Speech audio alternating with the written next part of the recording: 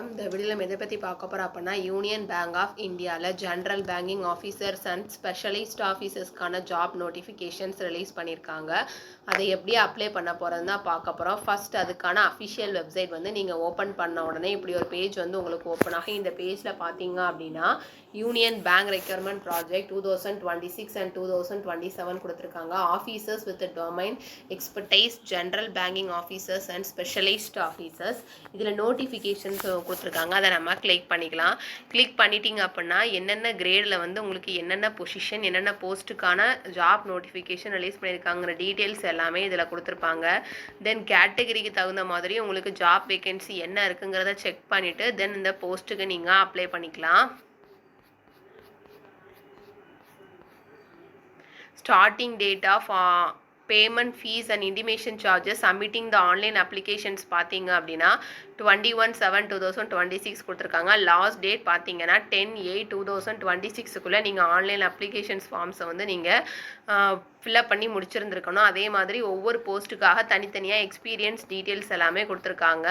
இந்த குவாலிஃபிகேஷன்ஸ் எல்லாம் நீங்கள் செக் பண்ணிவிட்டு தென் இந்த ஜாப்புக்கு நீங்கள் அப்ளை பண்ணிக்கலாம். இதில் கிளிக் ஹியர் டு ஒரு அப்ளைன்னு ஒரு ஆப்ஷன்ஸ் இருக்குது. அதை நான் கிளிக் பண்ணிக்கிறேன். டூ யூ வாண்ட் டு ப்ரொசீட்னு ஒரு ஆப்ஷன்ஸ் கேட்பாங்க. அதை நான் கிளிக் பண்ணிட்டோம் அப்படின்னா அதுக்கான அப்ளிகேஷன் ஃபார்ம் பேஜ் வந்து உங்களுக்கு ஓப்பன் ஆகிடும்.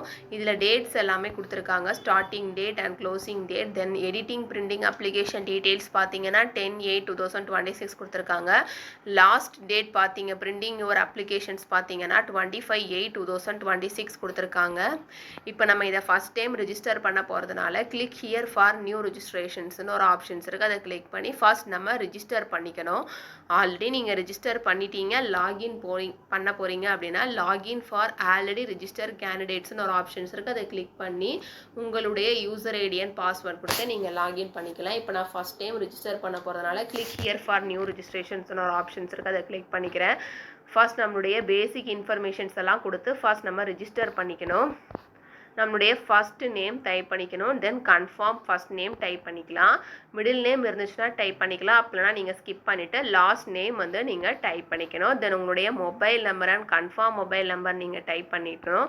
Email ID and mobile number வந்து ரொம்ப ரொம்ப இம்பார்ட்டண்ட். உங்களோட இமெயில் ஐடி அண்ட் மொபைல் நம்பரை வெரிஃபை பண்ணால் மட்டும்தான் நெக்ஸ்ட் ஸ்டெப்புக்கு நீங்கள் மூவ் ஆன் பண்ண முடியும்.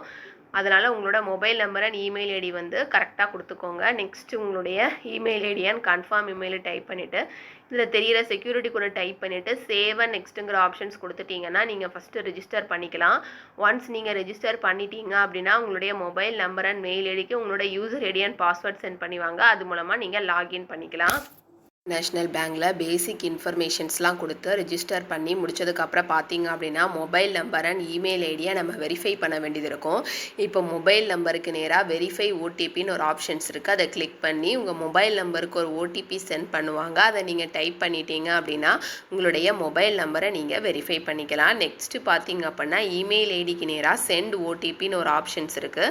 அதை கிளிக் பண்ணிவிட்டு உங்களோட மெயிலுக்கு ஒரு ஓடிபி சென்ட் பண்ணுவாங்க. அதை நீங்கள் டைப் பண்ணிட்டீங்க அப்படின்னா உங்களுடைய மெயில் ஐடியை நீங்கள் வெரிஃபை பண்ணிக்கலாம்.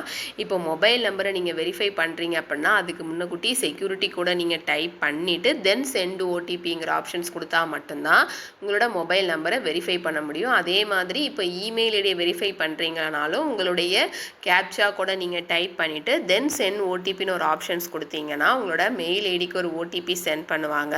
அந்த ஓடிபியை டைப் பண்ணிவிட்டு வெரிஃபை ஓடிபின்னு கொடுத்துட்டீங்க அப்படின்னா உங்களுடைய மொபைல் நம்பரை இமெயில் ஐடியை நம்ம வெரிஃபை பண்ணிவிட்டு நெக்ஸ்ட்டுங்கிற ஆப்ஷன்ஸ் கொடுத்துட்டோம் அப்படின்னா நெக்ஸ்ட் ஸ்டெப் நம்ம கண்டினியூ பண்ணிக்கலாம். நம்ம மொபைல் நம்பர் அண்ட் இமெயில் ஐடியை வெரிஃபை பண்ணி முடிச்சதுக்கப்புறம் பார்த்தீங்கன்னா ஃபோட்டோஸ் அண்ட் சிக்னேச்சர்ஸ் வந்து நமக்கு அப்லோட் பண்ண வேண்டியது இருக்கும்.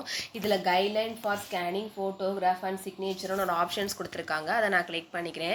கிளிக் பண்ணிட்டீங்க அப்படின்னா உங்களுடைய ஃபோட்டோகிராஃபோட சைஸ் பார்த்தீங்கன்னா 20 KB-லேருந்து 50 KB-க்குள்ளே இருக்கணும். டைமென்ஷன்ஸ் பார்த்தீங்கன்னா 200x230 பிக்சல்ஸில் இருக்கணும். அதே மாதிரி கேமராவில் உங்களோட ஃபேஸ் வந்து கிளியராக தெரிஞ்சால் மட்டும்தான் உங்களுடைய ஃபோட்டோஸை நீங்கள் அப்லோட் பண்ண முடியும். அதனால் ஃபோட்டோஸ் அப்லோட் பண்ணுற பண்ணுறப்ப ரொம்ப ரொம்ப கிளியராக இருக்கிற ஃபோட்டோஸ் மட்டும் தான் நீங்கள் அப்லோட் பண்ணணும். பாஸ்போர்ட் சைஸ் ஃபோட்டோகிராஃப் ரீசெண்டாக எடுத்த பாஸ்போர்ட் சைஸ் ஃபோட்டோகிராஃப்ஸை நீங்கள் அப்லோட் பண்ணிக்கலாம். கேப்சர் ஃபோட்டோ பார்த்தீங்க அப்படின்னா கேப்சர் ஃபோட்டோன்னு ஒரு ஆப்ஷன்ஸ் இருக்குது. அதை கிளிக் பண்ணி உங்களுடைய வெப்கேம் மூலமாக நீங்கள் உங்களுடைய லைவ் கேப்சர்ஸ் இமேஜஸை நீங்கள் அப்லோட் பண்ணிக்கலாம். அப்படி இல்லைனா QR கோடை ஸ்கேன் பண்ணிட்டீங்க அப்படின்னா உங்களுடைய மொபைல் மூலமாக கூட உங்களுடைய லைவ் கேப்சர்ஸ் இமேஜஸை நீங்கள் அப்லோட் பண்ணிக்கலாம். சிக்னேச்சர்ஸ் பார்த்தீங்க அப்படின்னா ஒயிட் பேப்பரில் பிளாக் இங்க் பென்னால் சிக்னேச்சர்ஸ் பண்ணி நீங்கள் அதை ஸ்கேன் பண்ணி அப்லோட் பண்ண வேண்டியது இருக்கும். சிக்னேச்சர்ஸோட சைஸ் பார்த்தீங்க அப்படின்னா 10 KBலேருந்து 20 KBக்குள்ளே இருக்கணும். அதோட டைமென்ஷன்ஸ் வந்து 140 × 60 பிக்சல்ஸில் இருக்கணும். சிக்னேச்சர்ஸ் வந்து கேபிட்டல் லெட்டர்ஸில் இருக்கக்கூடாது. உங்களுடைய சிக்னேச்சர்ஸ் தான் நீங்கள் வந்து அப்லோட் பண்ணணும். இந்த சிக்னேச்சர்ஸ் வந்து கண்டிப்பாக எக்ஸாமினேஷன்ஸ் பண்ணுறப்ப உங்களுக்கு செக் பண்ணுவாங்க. அதனால உங்களுடைய சிக்னேச்சர்ஸ் தான் நீங்கள் அப்லோட் பண்ணணும். இதில் பார்த்தீங்கன்னா ஸ்கேன் ஃபோட்டோகிராஃப் ஆஃப் த கேண்டிடேட்டில் ப்ரௌஸ்னு ஒரு ஆப்ஷன்ஸ் இருக்குது. இதை கிளிக் பண்ணி உங்களுடைய ஃபோட்டோஸை நீங்கள் அப்லோட் பண்ணிக்கலாம். இப்போது capture photo using web camera, capture ஃபோட்டோன்னு ஒரு ஆப்ஷன்ஸ் இருக்குது. அதை கிளிக் பண்ணோடனே உங்களுடைய கேமரா வந்து உங்களுக்கு ஓப்பன் ஆகும். அது மூலமாக நீங்கள் லைவ் கேப்சர் இமேஜஸை நீங்கள் அப்லோட் பண்ணிக்கலாம். தென் இப்போ இந்த QR கோடை இப்போ கேமராங்கிற ஆப்ஷன்ஸில் போய் நீங்கள் ஸ்கேன் பண்ணி அதில் IPPS ரெஜிஸ்ட்ரேஷன்ஸ்னு ஒரு லிங்க் கொடுப்பாங்க. அந்த லிங்க்கை நீங்கள் கிளிக் பண்ணிட்டீங்கன்னா உங்களுடைய லைவ் கேப்சர்ஸ் இமேஜஸை நீங்கள் அப்லோட் பண்ணிக்கலாம். தென் இதில் தெரிய டிக்ளரேஷன் பாக்ஸில் நீங்கள் டிக் பண்ணிவிட்டு ஸ்கேன்டு சிக்னேச்சர்ஸ் ஆஃப் த கேண்டிடேட்டில் ப்ரௌஸ்னு ஒரு ஆப்ஷன்ஸ் இருக்குது. அதை கிளிக் பண்ணி உங்களுடைய சிக்னேச்சர்ஸை நீங்கள் அப்லோட் பண்ணிவிட்டு இதில் தெரியிற டிக்ளரேஷன் பாக்ஸில் டிக் பண்ணிவிட்டு நெக்ஸ்ட்டுங்கிற ஆப்ஷன்ஸ் கொடுத்துட்டிங்கன்னா உங்களுடைய ஃபோட்டோஸ் அண்ட் சிக்னேச்சர்ஸை நீங்கள் அப்லோட் பண்ணிட்டு சேவ் பண்ணிவிட்டு தென் நெக்ஸ்ட் ஸ்டெப்புக்கு நீங்கள் அப்படின்னா உங்களுடைய எஜுகேஷனல் குவாலிஃபிகேஷன்ஸ் டீட்டெயில்ஸை நீங்கள் ஃபில்அப் பண்ணிக்கணும். ஃபர்ஸ்ட் நம்மளுடைய கிராஜுவேஷன்ஸ் எதுவோ அதை நம்ம செலக்ட் பண்ணிவிட்டு டிகிரி சப்ஜெக்ட் அல்லது ஸ்ட்ரீமை வந்து நம்ம செலக்ட் பண்ணிக்கணும். தென் டேட் ஆஃப் பாசிங், எந்த இயரில் நீங்கள் கிராஜுவேஷன்ஸ் பாஸ் பண்ணீங்களோ அந்த இயரை வந்து நீங்கள் இதில் செலக்ட் பண்ணிவிட்டு பர்சன்டேஜ் ஆஃப் மார்க்ஸ் கேட்டிருக்காங்க. தென் கிளாஸ் அல்லது கிரேட் கேட்டிருக்காங்க. போஸ்ட் கிராஜுவேஷன்ஸ் முடிச்சிருந்தீங்க அப்படின்னா போஸ்ட் கிராஜுவேஷன்ஸ் டிகிரிஸோட டீட்டெயில்ஸ் எல்லாமே நீங்கள் இதில் ஃபில்அப் பண்ணிக்கணும். டிகிரி சப்ஜெக்ட் அல்லது ஸ்ட்ரீம் வந்து நீங்கள் செலக்ட் பண்ணிவிட்டு டேட் ஆஃப் பாசிங், எந்த இயரில் நீங்கள் PG பாஸ் பண்ணீங்களோ அந்த இயரை வந்து நீங்கள் செலக்ட் பண்ணிவிட்டு பர்சன்டேஜ் ஆஃப் மார்க்ஸ் கேட்டிருக்காங்க. கிளாஸ் அல்லது கிரேட் கேட்டிருக்காங்க, நீங்கள் செலக்ட் பண்ணிக்கலாம். ப்ரொஃபஷனல் குவாலிஃபிகேஷன்ஸ் ஏதாவது முடிச்சிருந்தீங்க அப்படின்னா அதுக்கான டீட்டெயில்ஸும் நீங்கள் இதில் எல்லாத்தையுமே ஃபில்அப் பண்ணிக்கணும். தென் எந்த போஸ்ட்டுக்கு நீங்கள் அப்ளை பண்ணுறீங்களோ அந்த போஸ்ட்டு ரிலேட்டடாக உங்களுக்கு மினிமம் குவாலிஃபிகேஷன் எக்ஸ்பீரியன்ஸ் டீட்டெயில்ஸ் கேட்பாங்க. அந்த டீட்டெயில்ஸ் எல்லாமே நீங்கள் இதில் ஃபில்அப் பண்ணிக்கணும். எந்த போஸ்ட்டுக்கு நீங்கள் அப்ளை பண்ணுறீங்களோ அதுக்கான எக்ஸ்பீரியன்ஸ் டீட்டெயில்ஸ் இருந்தால் மட்டும்தான் இந்த ஜாப்புக்கு நீங்கள் அப்ளை பண்ண முடியும். அதனால நோட்டிஃபிகேஷன்ஸை நல்ல ஒரு தடவை செக் பண்ணிவிட்டு போஸ்ட்டுக்கு நீங்கள் அப்ளை பண்ணிவிட்டு அதுக்கான டீட்டெயில்ஸை வந்து நீங்கள் இதில் ஃபில்அப் பண்ணிக்கலாம். நெக்ஸ்ட்டு பார்த்தீங்கன்னா போஸ்ட் குவாலிஃபிகேஷன்ஸ் எக்ஸ்பீரியன்ஸ் டீட்டெயில்ஸ் கேட்டிருக்காங்க. ப்ரெசென்ட்டில் நீங்கள் ஒர்க்கிங்கில் இருக்கீங்களா இல்லையான்னு கேட்டிருக்காங்க. அதே மாதிரி நேம் ஆஃப் த எம்ப்ளாயில் நேம் வந்து நீங்கள் டைப் பண்ணிக்கணும். டெசினேஷன் கேட்டிருக்காங்க, அதை டைப் பண்ணிக்கலாம்.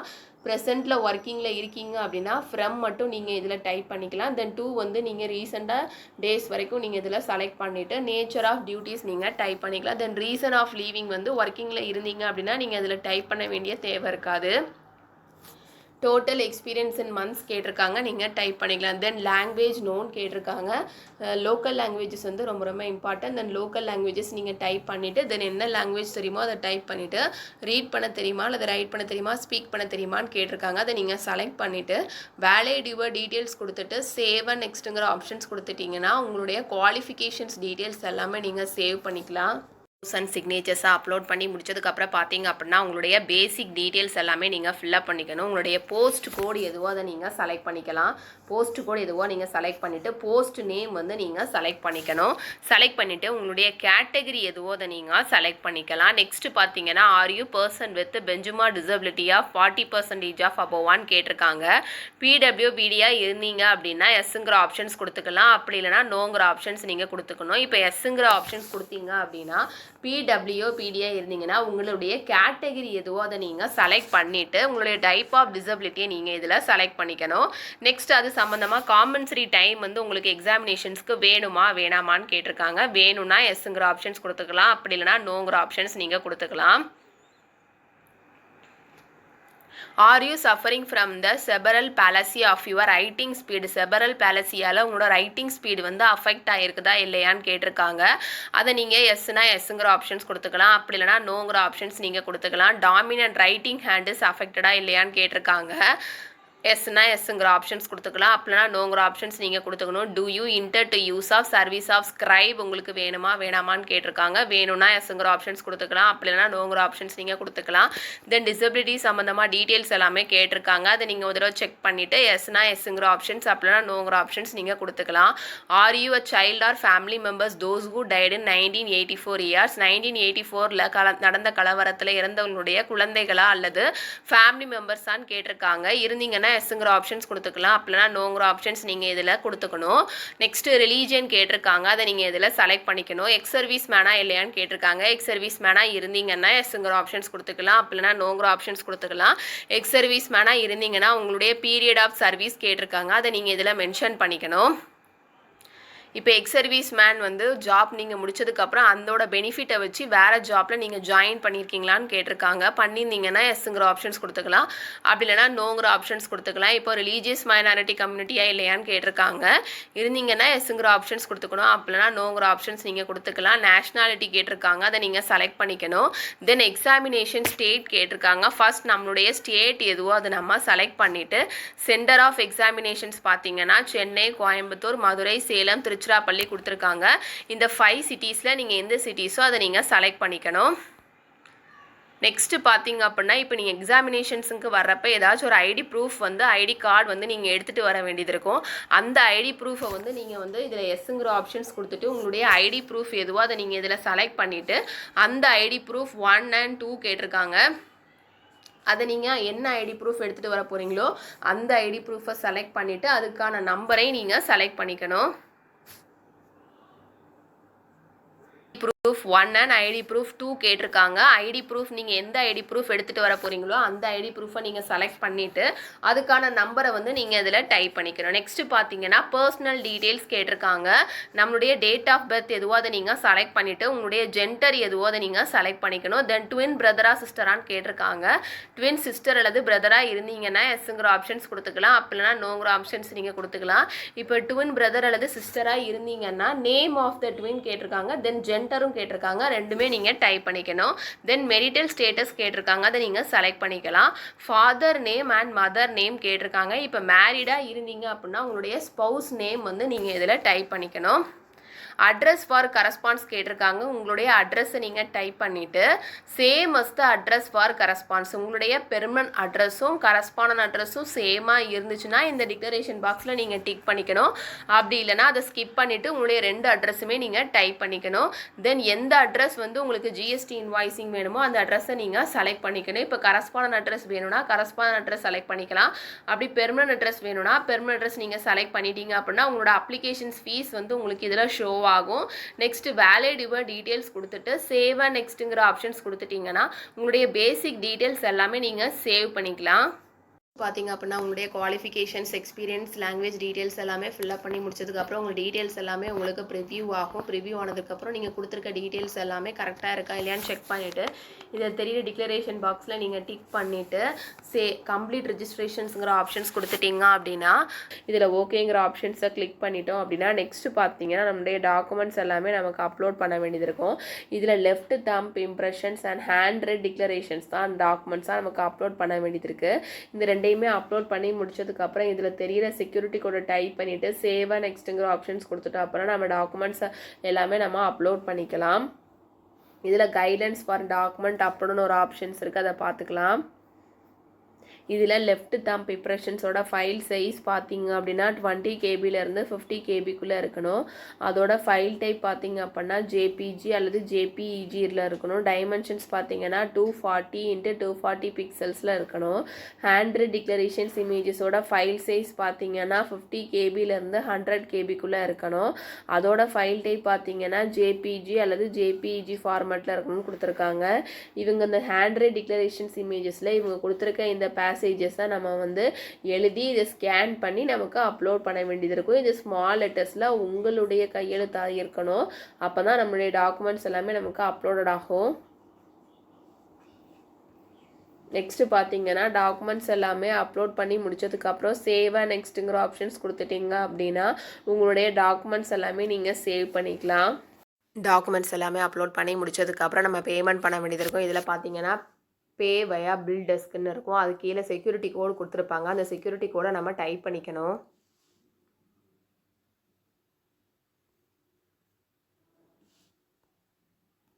டைப் பண்ணிவிட்டு கீழே பார்த்தீங்க அப்படின்னா சப்மிட்னு ஒரு ஆப்ஷன்ஸ் இருக்குது. அதை நம்ம கிளிக் பண்ணிக்கணும். டூ யூ வாண்ட் டு சப்மிட்னு கேட்பாங்க. ஓகேங்கிற ஆப்ஷன்ஸ் கொடுத்துட்டோம் அப்படின்னா நமக்கு பேமெண்ட் பண்ணிக்கலாம். இதில் பேமெண்ட் பண்ணுறதுக்கு பார்த்தீங்க அப்படின்னா 4 ஆப்ஷன்ஸ் கொடுத்துருக்காங்க. Credit card, debit card, internet banking, wallet அல்லது கேஷ் கார்டுன்னு கொடுத்துருக்காங்க. ஃபர்ஸ்ட் நம்ம பே பை கிரெடிட் கார்டு அப்படின்னா கார்டோட நம்பர் வந்து நம்ம இதில் டைப் பண்ணிக்கணும். அதோட expression date, year and CVV அல்லது சிவிசின்னு கொடுத்துருப்பாங்க. அது பின்னாடி கார்டுக்கு பின்னாடி ஒரு 3 நம்பர் இருக்குது. அதை நம்ம டைப் பண்ணிவிட்டு கார்டு ஹோல்டர் நேம் வந்து டைப் பண்ணிவிட்டு மேக் பேமெண்ட்டுங்கிற ஆப்ஷன்ஸ் கொடுத்துட்டோம் அப்படின்னா நமக்கு பேமெண்ட் பண்ணிக்கலாம்.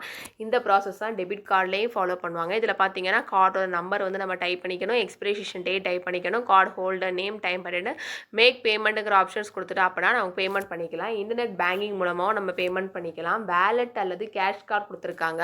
அதில் நம்மளுடைய வேலட் அல்லது கேஷ் கார்டை வந்து நம்ம லிஸ்ட் பண்ணிவிட்டு நெக்ஸ்ட் பார்த்தீங்கன்னா மேக் பேமெண்ட்டுங்கிற ஆப்ஷன்ஸ் கொடுத்துட்டோம் அப்படின்னா நம்ம வந்து இதில் பார்த்தீங்கன்னா அப்படின்னா வேலட் அல்லது கேஷ் கார்டு எதுவோ அதை நீங்கள் செலக்ட் பண்ணிவிட்டு மேக் பேமெண்ட்டுங்கிற ஆப்ஷன்ஸ் கொடுத்துட்டோம் அப்படின்னா பேமெண்ட் பண்ணிக்கலாம். நெக்ஸ்ட் கியூஆர் அல்லது யூபிஐ மூலமாக பேமெண்ட் பண்ணிக்கலாம். கியூஆர் பார்த்தீங்க அப்படின்னா அது பிம் அல்லது யூபிஐ செலக்ட் பண்ணிவிட்டு மேக் பேமெண்ட்டுங்கிற ஆப்ஷன்ஸ் கொடுத்துட்டு உங்கள் கியூஆர் கோடை ஸ்கேன் பண்ணிட்டீங்க அப்படின்னா நீங்கள் பேமெண்ட் பண்ணிக்கலாம். யூபிஐ பார்த்தீங்க அப்படின்னா மேக் பேமெண்ட்டுங்கிற ஆப்ஷன்ஸ் கொடுத்துட்டு உங்களுடைய பின் நம்பரை டைப் பண்ணிவிட்டு நீங்கள் பாஸ்வேர்ட் கிரியேட் பண்ணி உங்களோட பின் நம்பரை டைப் பண்ணிவிட்டு அதுக்கப்புறம் நீங்கள் மேக் பேமெண்ட்டுங்கிற ஆப்ஷன்ஸ் கொடுத்துட்டீங்க அப்படின்னா நீங்கள் பேமெண்ட் பண்ணிக்கலாம். 5 ஆப்ஷன்ஸ் கிட்ட கொடுத்துருக்காங்க.